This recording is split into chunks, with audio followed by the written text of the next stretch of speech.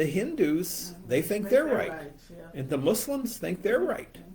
And now you come along as a Christian, and worse, a Missouri Synod Lutheran Christian. Which they don't know anything about. Yeah, but if you are a Missouri Synod Lutheran Christian and you are speaking from a Missouri Synod Lutheran point of view, you are very narrow. Oh, yeah. You know, you don't have any grasp of reality in this world. If you think that that it's wrong to have sex outside of marriage in this society, you don't have any grasp of reality. Okay, I'm sorry, but you just don't. You know, and so if you're a Missouri Synod Lutheran and you're saying, well, gee, that's really not a good idea to be living with your boyfriend. You know, that's not a good idea at all. Well, who are you, you know, to judge my life? You know, I mean, that's not really right. Let's see. Sarah says, funny how the Easter Bunny has only brought me candy, whereas Jesus brought me eternal life. Yeah, good point.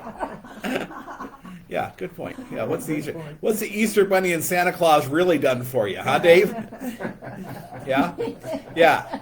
Candy, Just need that on Christmas candy, morning. and some toys that broke. Yeah, that's it. And you know, and maybe you know, and if you're a poor little Amish kid, an orange. So you know. So what do we say? I mean, how do we think about this when we recognize? You know, we're in Micah chapter 4, last verse 13, 4:13, and we're talking about the church being the picture here of being on the threshing floor, and God says, "I'll make your horn iron, and I'll make your hooves bronze." To me, this verse gives me a lot of confidence and hope that God says, "Yes, you're the church. You're on the threshing floor." That's where the church lives. You know, that's the church is the people of God on earth. Okay, right now, and that's where you live. You're on the threshing floor.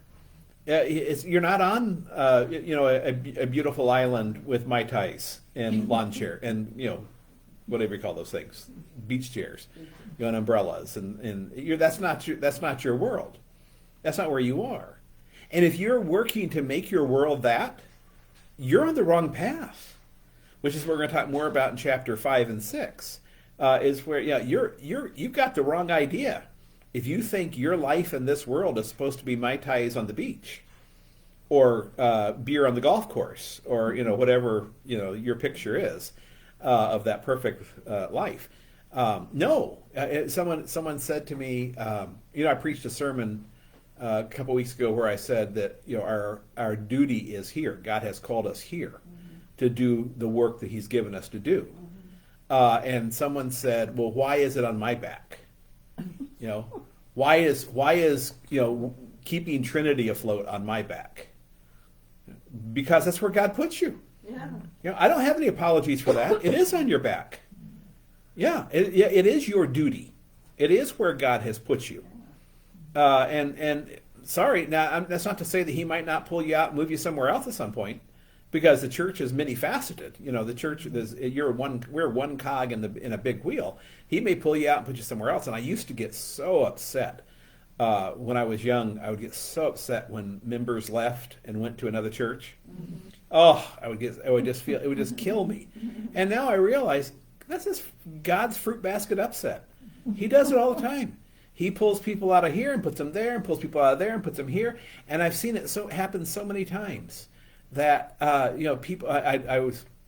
When my first congregation, we had a huge upset over doctrinal issues. So I mean, I'm not sorry about it, but I drew a line in the sand over a doctrinal issue, and the biggest giver in the congregation left.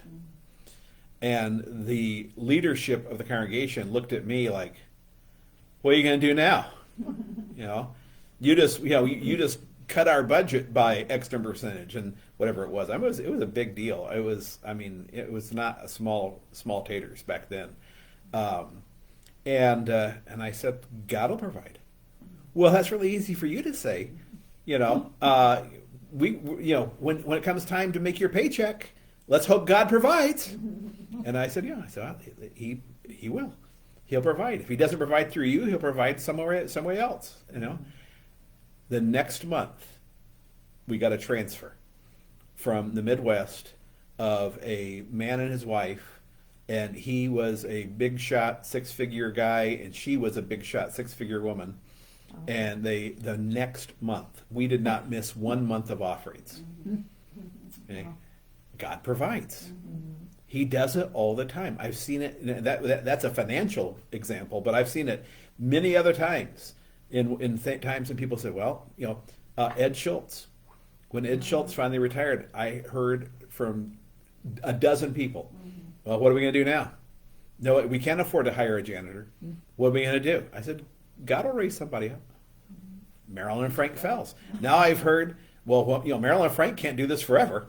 What are we going to do when they retire? God will raise somebody up. It's God's church. He'll take care of us. Okay? He'll take care of us. So when things are, as they are in the church right now, getting smaller, congregations are shrinking. I just had a discussion with somebody the other day about do we have a congregational overage or a pastor shortage? And I argue that we have a congregational overage. We have way too many congregations for what we need anymore because people are the GI generation and the boomers are all dying, and those were the big generations that caused the church to swell up like it did. It's just demographics. So do we still need to keep churches open when they have 20 people in them? I think not. But we have no mechanism in the Missouri Synod for doing anything about that. Because we have congregational autonomy, and so you can keep your congregation open as long as you can afford to keep the doors open. And there's nothing anyone can do about it. People have this fantasy that the bishop can come in and tell you to close. In the Roman Church, you can, and that's exactly what he's doing. The Bishop of Joliet is closing Sacred Heart. He's closed St. Alexander's already. He may close Pius and move everybody over to whatever the big one in Elmhurst is. What? Am I going the wrong way? Elmhurst is. Yeah, you're right. I always get turned around in this room. I do too. There's no I never windows. know what direction when I'm in church. It's just this room. If I can't see a window, if I can look out my window, I can say, "Oh yeah, there's north." Okay. I want to know what that person said after you told them that. It's on your back. It's got put you there. What did that person say? I think it was sort of a shrug and walked away. You got lucky. Whatever. Because I understand what people are saying. I mean, I've had some kind of discussion like that with people on many levels. People who will say things like, "Well, I did my time. I'm retired now." Right? Well, you show me the retirement plan in the Bible. I'd like to see that. When we get to retire. No, we serve until we drop. Okay, our service will change. There are things that you can't do that you could do, and things that you can do now that you couldn't do then. Yeah, our service changes. I mean, the people. One time, someone told me, all the support of this congregation comes from people over 60. Well, yeah, because people over 60 are the people who can afford to support the congregation. When I was 40, it was all I could do to write a check to the church. Now I'm almost 60. It's a lot easier. It's a lot easier to write a check to the church now. I can. It's wonderful and freeing, but you get to that point. You're not at that point from day one for most people. Now, some people are phenomenal stewards, and I applaud those people who I've had youth who have come right out of college being phenomenal givers. That's wonderful. That's fantastic. I had to work at it. It was not easy for me because I knew nothing about stewardship growing up, and so I had to figure it all out along the way. And then sometimes you have to undo choices to make stewardship work when you've set your life up in a certain way. So here's the point. When we look at the church, it seems like it's a negative. Okay, Well, we're getting smaller and smaller and smaller and older and older and older. What are we going to do? Don't worry about it. You're on the threshing floor. Your hooves are golden and your horns are iron. God's just distilling the church. You're going to thresh just fine. You're going to do your job. Don't worry about it. God has empowered you to do whatever needs to be done. And if we can't do it, guess what? It doesn't need done. Okay? Because God's going to empower us to do whatever we need to get done. He's going to give us the money to do what we need to do. He's going to give us the people to do what we need to do. He's going to empower us to do it. As long as we're doing our best. I mean, we're never going to be perfect at it, but doing our best at being good stewards. That's all he looks at is faithful. Just like he looks at you individually for your faithfulness to him, he looks at the church congregationally, the church by district, the church by synod, the church by whole church. He looks for faithfulness. Where you are faithful, you have hooves of iron and horns of steel. Don't worry about it. You know? And everybody who mocks the church and laughs at the church is going to be sorry. Because the church is going to prevail. He's already told us that. I mean, sometimes people want to study the book of Revelation, and my answer is always the same. Look, let me just let you in on the secret. We win. Okay? The whole book of Revelation leads up to that. We win. Okay, that's it. Spoiler alert. Yeah, right. Yeah, I mean that's and you can understand why St. John the Divine was given that revelation, because he's sitting on an island in the middle of the Mediterranean, unable to see his people in 7 different churches. And God gives him this revelation that says, hey, let him know. Okay, go ahead. Here's the ending. Let him know. And so he sends the letter out to the 7 churches to say, yeah, it's going to get bad. It's going to be better and worse and better and worse, and eventually it's going to be really bad. And then we win. So there you have it. Don't worry about it. All right, moving on to chapter 5. The ruler to be born in Bethlehem. Now muster your troops, O daughter of troops. Siege is laid against us. With a rod they strike the judge of Israel on the cheek. In the Hebrew Bible, this verse is part of chapter 4. Okay? In the English Bible, it got moved to the first part of chapter 5. And so you can imagine there is huge consternation among the scholars as to why or where it should be or whatever.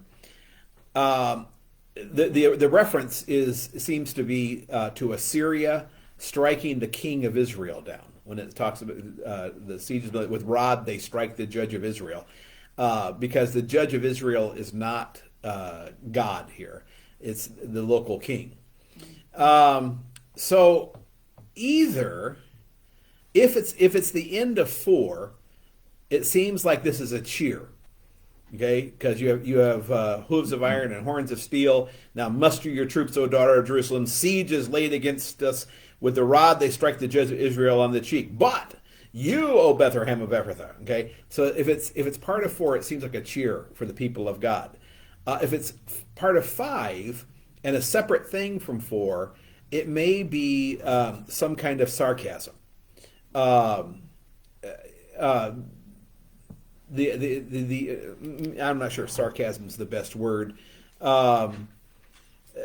In the beginning of 5, it may seem as a reference sort of to the impotence of Judah against Assyria. Okay, like you got no hope here. Let's not be silly.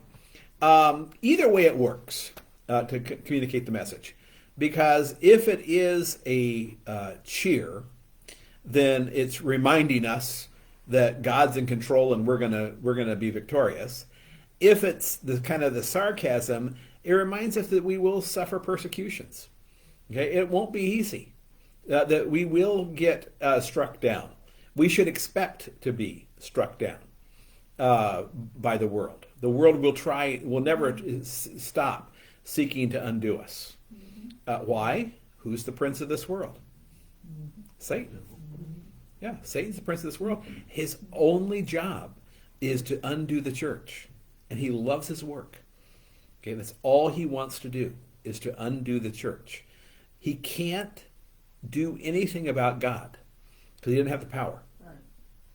All he can do is try to hurt God's creation. That's all he can do. Why does he lead people to strip mine rainforests for money? Why does he lead people to overfish the oceans? Why does he lead people to be poor stewards for money? Because he hates the earth. He hates God's creation. Same thing with the church. He does anything he can to tear down the church because he hates God's creation and he hates God. Okay? Can't touch God, but he can try to hurt the creation. The thing is that because we're baptized and we wear the armor of Christ, he can't touch us directly. Right. Okay? So all he can do is make life difficult for us to the best of his ability. And of course, then God intervenes. And that's got to be really irritating for him. When he thinks he has us on the ropes, and then God intervenes and says, "No, we're going to do this," and then that. See, because I firmly believe that God intervenes. I know some people don't. Some people believe that God sits back and just watches the world and doesn't intervene. But I think he definitely intervenes. I have. There are too many examples in my life Mine too. where I look at that and say, "Except by the grace of God," Yes. So. Yeah, question, Dave? No. Oh, I thought you had a ponderous look. Yeah, I was thinking. Don't do that. You're gonna hurt yourself. So, Okay, let me look over here. I'm gonna try to remember to look back at Facebook from time to time, see I if was there's thinking of Joe, comments. oh, yeah. But then again, he told him he wouldn't intervene, right? As long as he didn't hurt him, right? Right. Yeah. Well, yeah. Tell him, At first, he told him. He said you can't touch him, and so he took away all of his land and money and animals and people. And then Joe says, "Yeah, it's only because you won't let me touch him." And God said, "Look, you can touch him, but you can't kill him." And so then he gave him diseases and boils and whatnot, and Job still didn't turn away. So, yeah, God does give him rain to make life uncomfortable for us. He never promised that life would be comfortable. Yeah. I beg your pardon. I never promised you a rose garden. Yeah, he never promises that life won't be uncomfortable. And I understand that, like Danya used to say, she wanted a T-shirt that said "I'm no goat," because people have a tendency to say things to pastors and pastors' wives that are really irritating. Like when well, yeah, we're not going to give you a raise this year. Really? Because my utilities went up, the gas went up, food went up, everything went up. So you're really giving me a decrease. Well, you didn't go in this for the money, did you? No, but I really did like eating. Oh, we get that as teachers too. Right. Teachers, any service. I think any service organization. Nurses too, probably, I'm sure. Yeah, used to before nurses started making fortunes of money. Yeah. No, they go into it. Love the kids. You didn't go into it for the money, did you? No, love the kids. Love the kids. Yeah. 3 months off. You don't get it. Yeah, right. There's another one. That Yeah. too, that's You only another work. one. You only work Yes. 9 months out of the year. Yes, that's another one. Yeah. Well, that's what my brother-in-law. And then you get off at 3 o'clock. Oh, man, do they know? My brother-in-law looked at me one time. He says he was a route driver and a manager of a grocery store. And I mean, he'd really worked hard jobs, long hours. And he looked at me one time. He says, "They pay you full time to get up and tell stories 15 minutes a week?" And I said, "It's a good gig, don't you wish you?" You should have said, no, it's 10 minutes. Yeah, it's only 10 minutes for me. They don't even get 15 minutes out of me.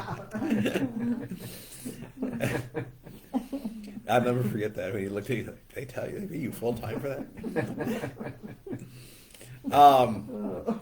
But you, O Bethlehem Ephrathah, verse 2, who are too little to be among the clans of Judah. From you shall come forth from me one who is to be ruler of Israel, whose coming forth is from of old, from ancient of days. Therefore he shall give them up until the time when she who is in labor has given birth. Then the rest of his brothers shall return to the people of Israel, and he shall stand and shepherd his flock in the strength of the Lord, Yahweh, and the majesty of the name of Yahweh his God, and they shall dwell secure. For now he shall be great to the ends of the earth, and he shall be their peace. Excuse me. He shall be their peace. Okay, here's a section for which Micah is probably most famous, or maybe second most, the second one. There's one more in verse 6 that he's really famous for too. But this section is, we hear this every Christmas, of course. When the wise men came to Israel, how did they know where to find the king of the Jews? Micah. Yeah, they knew the prophet Micah, and they knew it would be Bethlehem. Obviously, this is the promise of Christ. The people to whom Micah spoke probably did not hear Jesus Christ in this. They were looking for a ruler who would raise them up above earthly issues. Someone like King David, and little did they know that Jesus is just that. A ruler who raises us up above earthly issues. Once you get that through your head, then faith in God is a much more amazing thing. As long as you understand faith to be parallel with real life, I have my faith life and my real life. And these courses kind of run parallel, and sometimes faith life goes down here because I'm having fun up here, and then I stop and I pull it back up for a while, and okay, now we'll run parallel. As long as you think in terms of that, it reminds me of Danya one time was talking to her sister, who was Roman Catholic, and her sister said, kind of in a huff, "Well, your life is the church." And Danya kind of thought, well, yeah, but yours should be too. I mean, everyone's life should be the church. There is no life outside the church. What we do outside the church is our opportunity to take the church into the world. We become the conduits for the church. You reach people who otherwise may never hear of this of Jesus. Even if you are a public school teacher, and it's hard, because the government has made it difficult for you to be a witness. Doesn't matter. It's still your calling to do whatever you can. I just wrote my December newsletter article. Oh, okay. And it talks about, I don't know when Marta will put it out, sometime next week probably. But it talks about room for Jesus. Is that Jesus comes to the end and there's no room for him. And in the article I raised the question, I don't really pursue it very much, but it's always been in my head. Okay, now you understand that the stable wasn't really a stable. Yeah. It was the inn wasn't really an inn. Yeah. It's not like he went to the Marriott. Yeah. Even back then the Marriott wasn't around yet. Even the Marriott. It wasn't like Pritzker's grandfather at the Hyatt turned him away. It was probably a Hyatt thing. Yeah, it was probably Pritzker's great grandfather who turned him away, being a Jew and all. Yeah. But there was no hotel, so there was no such thing as an inn. You stayed with family when you went into town, and Mary and Joseph had a lot of family because they're both from Bethlehem. They're both from the house and line of David. Okay, so there were no spare beds. Everybody's place was full up. And so they stayed in the stable, which in most Middle Eastern houses was a room in the house. Yeah. So the front room would be where you kept the animals when it was cold, because the animals were your livelihood. It's like if you have a Mercedes, you're not going to park it out on the street. You park it in the garage. And I never used to, even my Buick, I never used to park it on the street until now, because I don't care anymore, because it's 5 years old. It's all scratched up, and who cares? What can they do to it now? Someone just keyed it again. It's now keyed on both sides. Take my catalytic converter. Yeah, they can take my catalytic converter. Yeah. But the point is that you had this room that you kept your animals in, and the manger is usually a stone trough that's built into the floor, where you throw the hay for the animals, or whatever, the grain or whatever it is they're eating. So now imagine this: you're, Uncle Dave staying at, Zebulon's house because you're in for the census, and you're nice and cozy in bed, and Joseph comes in with his pregnant wife. And you could get your butt out of bed and let Mary have that bed, but it's awfully nice. And so you just stay there. You just stay in bed. Okay, now, fast forward 34 years, and you find out that kid is, how do you feel now? As he rises from the dead and forgives all of your sins and purchases you from sin, death, and the devil, and you wouldn't get out of bed and let his mom have. Remember when I gave you a place one night? There wasn't any. Yeah, right. Yeah. Remember when I let you be born in a manger because I wouldn't get out of bed? So think about it. Maybe that person was dead. Yeah, maybe so. It was 34 years later. Might have been dead by then. I still think it would be really funny to think about that. One day I'm going to write a book about that person. The people have written hilarious, or even sometimes really interesting, historical novels about people in the Bible who you don't know anything about other than their name.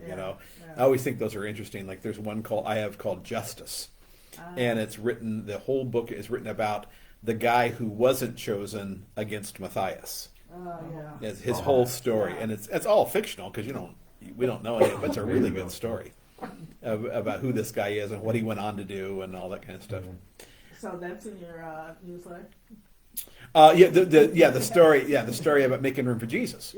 If you're that guy, and you didn't make, but in the same way, we are challenged every day to make room in our lives for Jesus, and so.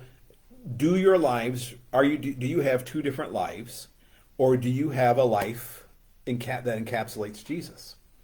Okay, where Jesus is the heart and center of your whole life. And I understand, I get it that it's easy for me to say that because of what I do for a living. It's easier for me than it is for a lot of people, and depending on your station in life, it may be more or less difficult.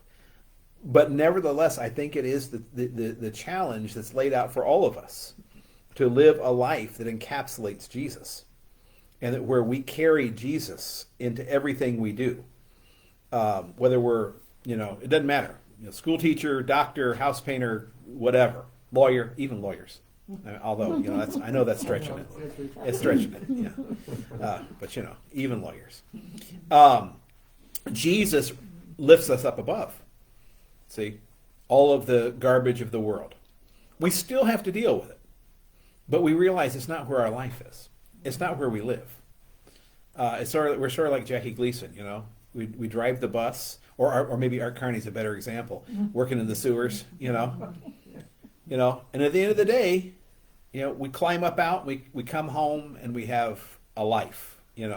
That's how Jesus is he lifts us up out of the mire and the muck of the world.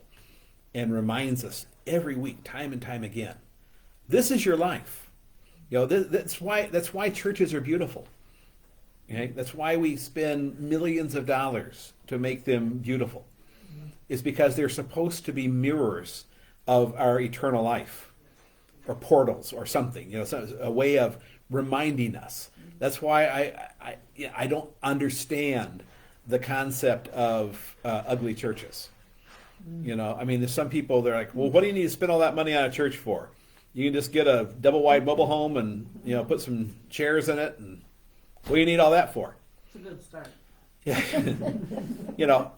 Or people will say, doesn't it bother you that, you have $1 million windows in your church, or that you have $1 million organ in your church, and there's hungry people on this earth?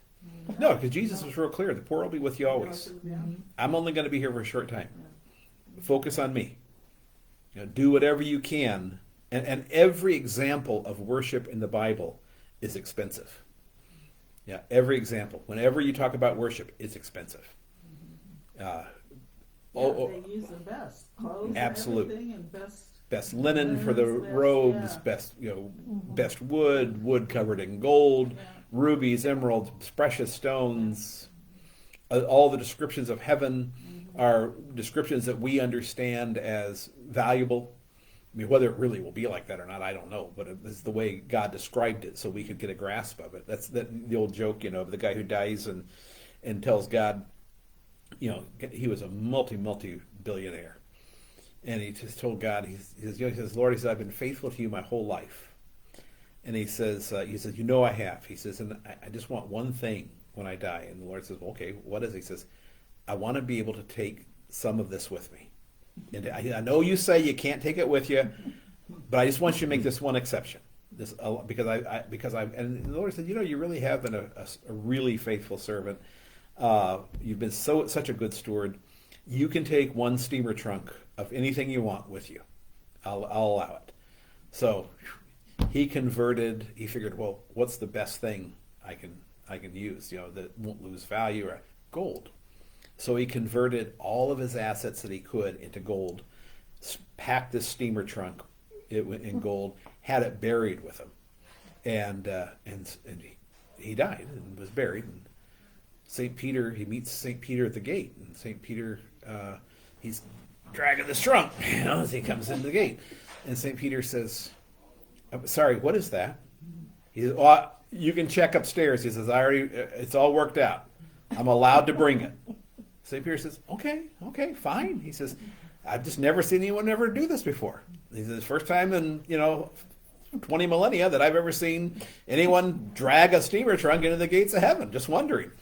He says, do you mind? I'm just curious. He says, do you mind telling me what you brought?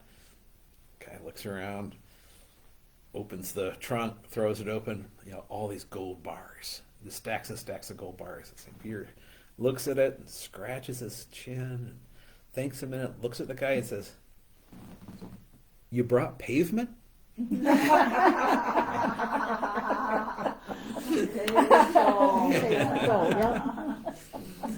this what you do in your district meetings? You sit around and tell jokes? Yeah, but usually they're only in Sven jokes. Yeah, only in Sven get in there quite a bit. Yeah. Okay, beginning at 5b. When the Assyrian comes into our land and treads in our palaces, then we will raise against him 7 shepherds and 8 princes of men.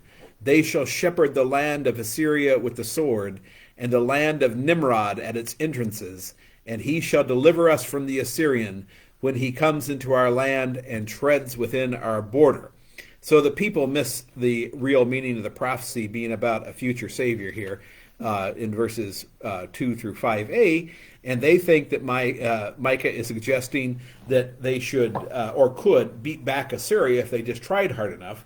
Nimrod, if you remember, is a mighty warrior from Genesis, and is here applied to Assyria as a mighty warrior, the land of Nimrod at its entrances. He shall deliver us from the Assyrians. This is the one Micah's talking about, is this great mighty warrior is going to deliver us from the Assyrians.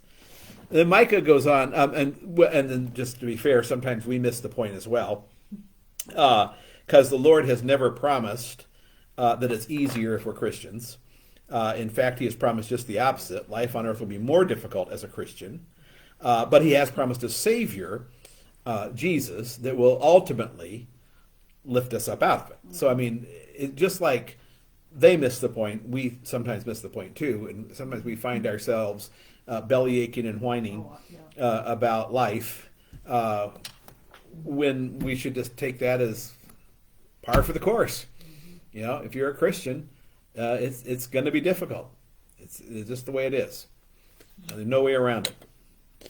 Verse 7, beginning at verse 7. The remnant shall be delivered is the theme there. Then the remnant of Jacob shall be in the midst of many peoples, like dew from the Lord, like showers on the grass, which delay not for a man, nor wait for the children of man. And the remnant of Jacob shall be among the nations, in the midst of many peoples, like a lion among the beasts of the forest, like a young lion among the flocks of sheep, which when it goes through treads down and tears in pieces, and there is none to deliver. Your hand shall be lifted up over your adversaries, and all your enemies shall be cut off. Okay, so the remnant will become the young lion that conquers all. Okay? That imagery of the lion for me that's one of my favorite images. Is the people of God as the lion, or Jesus as the Lion of Judah. Only in 2 Peter is the lion a bad thing. The devil prowls around like a lion, like a roaring lion. Generally in the Old Testament, the lion is this compared to Jesus or God. The prophecy in Amos, the lion roars, who but can prophesy. And so here we have the remnant will become a young lion that conquers all. So why do we fret over the church shrinking? Why do we obsess as though we were needing some kind of business model to save us? My favorite quote from the movie Atlantis. Have you ever seen the cartoon movie Atlantis? Mm-hmm. It's worthwhile. It's a pretty good movie, and there's a great line in it that is repeated multiple times. We're all gonna die. Yep. I think I've heard that. Yeah, it is the mantra of the Christian. We're all gonna die. Okay, no one gets out of this alive. And it's what drove the insanity during 2020 was, and what you saw was an absolute terror of death, and people absolutely terrified of death. It was just they just couldn't live with the idea that we're all going to die, and if this is it. If it's a virus that gets us all, hey, run towards it. Inhale deeply. If it's God's will, you're given the number of days you're going to get on the day you're born. Yeah. Nothing's going to take you out sooner, and nothing's going to keep you here longer. Okay? So did I have practice any cautions during 2020? Of course I did. I don't like getting sick. Yeah, I don't like getting sick. So I don't care about dying. I just don't want to be sick. So yeah, I was cautious about being around people who were coughing, and washed my hands as frequently as possible that was one of the things that when I got real frustrated with people trying to give me rules on how I had to handle everything, because I do that all the time, because I go see very fragile old people all the time. I'm always cautious about washing my hands. I'm always cautious about making sure I don't have any tickle in my throat, or I cancel and don't go if I'm not feeling well. And Lord knows if I have a fever, I certainly don't. Go anywhere. Yeah. I mean, it's just those are just, to me, common sense precautions that we take, especially when dealing with a fragile population. Because I'm afraid they'll die, because I don't want to be I don't want them to be miserable. Because nothing's more miserable than when you're living in a 10 by 10 room anyway, and now you're sick living in a 10 by 10 room. It's just, it's not that I'm afraid they're going to die. That's why I get the flu shot. I don't get the flu shot because I'm afraid of getting the flu. I've never gotten the flu in my life. I think I have some kind of weird immunity to it. But Sarah convinced me to get the flu shot because she said it would help me not to pass it on to someone else. So even if I have it, I may not know I have it if I have some kind of immunity. Right. The fact that we suddenly ran out of hand soap when COVID hit speaks wonders. Were people not washing their hands before? Right. I know it. Isn't that weird? Yeah. Yes. Yeah. Apparently, many of us forgot what our kindergarten teachers taught us. Yes. We still have hand sanitizer I mean, all over there. that's the I can't purpose. stand those things. The whole I purpose use of kindergarten is to teach children to stand in line and wait their turn and wash their hands. Yeah. If you accomplish that in kindergarten, nursery school too. Here they would. right.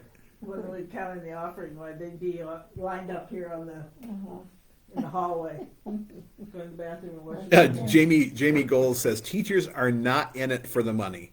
Nonsense, Jamie. It's that fabulous fortune that's awaiting you. Well, I didn't know that though when I first went into teaching. About the money? Yeah, didn't know it. It just came out in '85 in the first place. I think is when they decided on that little amendment to the Constitution. Which was what?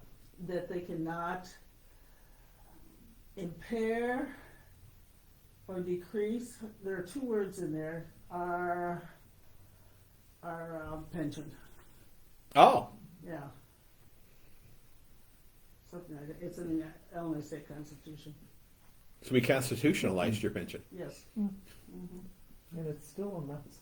And it's still a Yeah, mess, it's yeah. still a mess because the state Yeah. didn't put in their fair share. Of course. Apparently it didn't help. Yeah. Haven't figured it out yet. Turns out crooked politicians can get around just about anything. Yeah. Well, what about all these teachers? They talk about making 6 figures. What's Well, yeah, wrong they with do. that? Huh? What's wrong with that? No, not, but I mean, you make comments that like, teachers don't get paid. Well, it depends on where you are. Yeah. Yeah, I realize Depends on that. your district, Yeah. it depends on if you But picked there's- up any extracurricular. Correct, Yeah. you know. That was my Yeah. favorite thing that I used to jab Warren with. It's because, back in those days, the English district said that pastors should get paid. The way you figure out your pastor's salary is whatever the superintendent of schools is making. Oh, gosh. Well, that works in most places, not in DuPage County. Yeah. But it was a model that was it's not used anymore. They have a different model now. But back in the probably 80s, 70s, and 80s, that was probably a pretty fair model. Yeah. What should a pastor make? About the same as a superintendent of schools. It was probably more equal then. Yeah, Yeah. you have about the same education, about the same kind of position, that kind of thing. That was a model they used. I used to always tell that to Warren. Yeah, well, I should be making whatever what is the superintendent making, Warren? I don't know, you're in DuPage County. It'll always get him going. Now I just say I want to get paid as much as the art teacher in Elmhurst. Yeah, you're Elmhurst. our teacher Yeah. Elmhurst, so they Yeah. said 82,000, Yeah. something like that, was it? Yeah. 138? I can't remember what it is anymore. It's a lot. More than I I tried make. to look that up. I tried to go on, but I couldn't find it. Go to DuPage County. Real good. Let me think what it was that I looked at. There used Top 40 salaries in Yeah, Elmhurst. yeah. Top 40 teacher salaries in Elmhurst. Yeah. That's what it is. Okay. Something like that, and it'll list all the Elmhurst salaries. Our salaries used to be on the computer. Mm. I remember when I retired, mine was on there. Oh, yeah. Yeah. So anyone can look it up, but I don't know if that specific website is still in use. Yeah, I don't know. So, That's all. That's my goal in life, is to make as much as the art teacher in Elmhurst Elementary School. When I've made, when Danya and I first got married, we used to say, if we could ever make $20,000 a year, wow, we would be sitting on top of the world. rich. Yeah, we wouldn't know what to do with all the money. It's all relative. right. All relative. Verse 10, and in that day, declares the Lord, I will cut off your horses from among you and will destroy your chariots. And I will cut off the cities of your land and throw down all your strongholds. And I will cut off sorceries from your hand, and you shall have no more tellers of fortunes.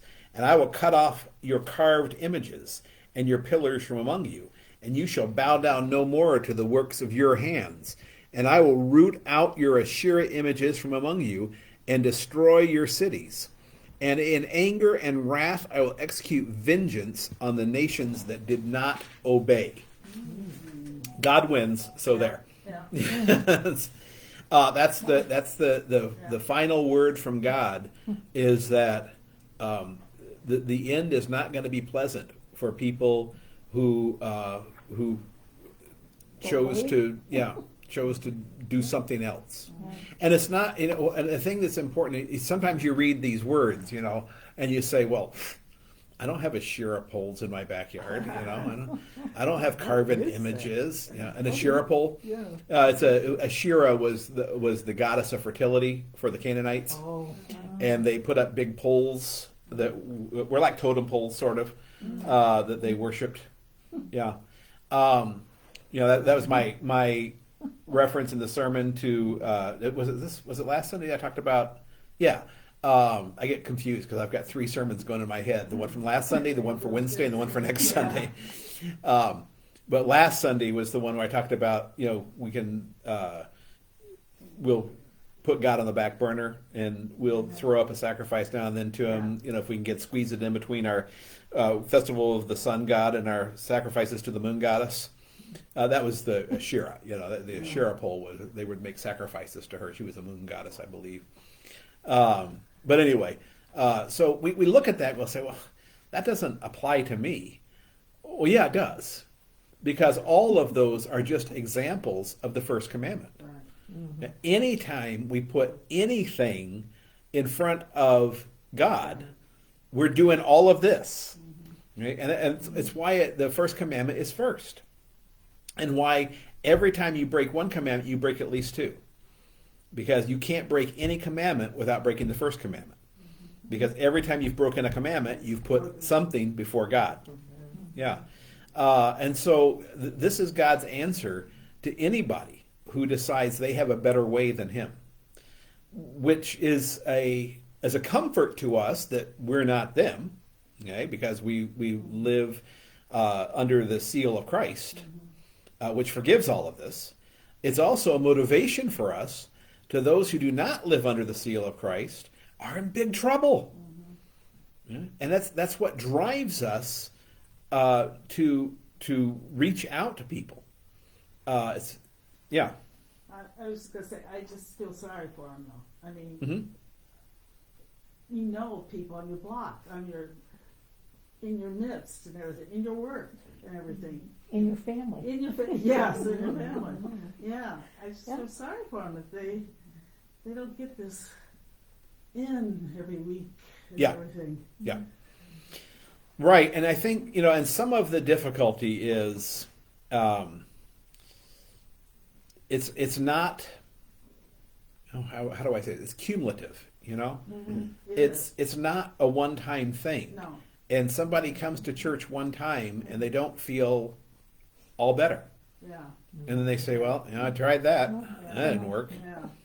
Yeah. That's like taking, one amoxicillin and saying, well, I still don't feel good, so I'm not going to take that anymore. Right. Because it requires your faith to be fed for a while before your faith gets hungry. It's sort of like, starving people. Sometimes, or maybe an example would be someone with anorexia nervosa, is that they don't feel hungry. Because you get to a point in starvation that your body no longer feels hungry. And so, and sometimes they eat and they feel sick. Because their body, they have starved their body to a point where their stomach doesn't want anything in it.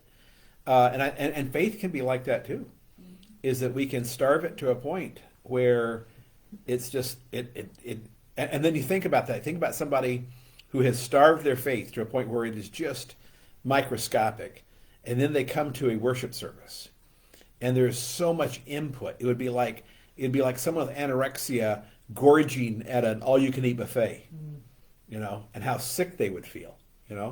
It's the same kind of thing. People can get overwhelmed by religion very easily. It's the best thing you can do. This is why I tell people: pray and invite, pray and invite, pray and invite, pray and invite. And once you start feeding anorexics, this is from the doctor, you have to go slow, or it's destructive to them. Right. Electrolytes get all imbalanced. Right. Yeah, right. Yeah, I mean, and so sometimes I think in our fervor to reach out to people, we overwhelm them.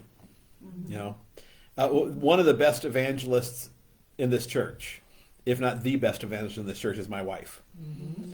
She is a phenomenal evangelist. We bought a couch for Christmas down at Bob's, and we're just doing the paperwork and giving her credit card and whatnot, and Danya takes one of my cards out of her wallet and says, my husband's the pastor at Trinity Lutheran Church, and she says, at Christmas a lot of times people like to go to church, and so if you'd like to go to church, there's our website right there. It tells you when all the services are, and we'd love to have you come to church.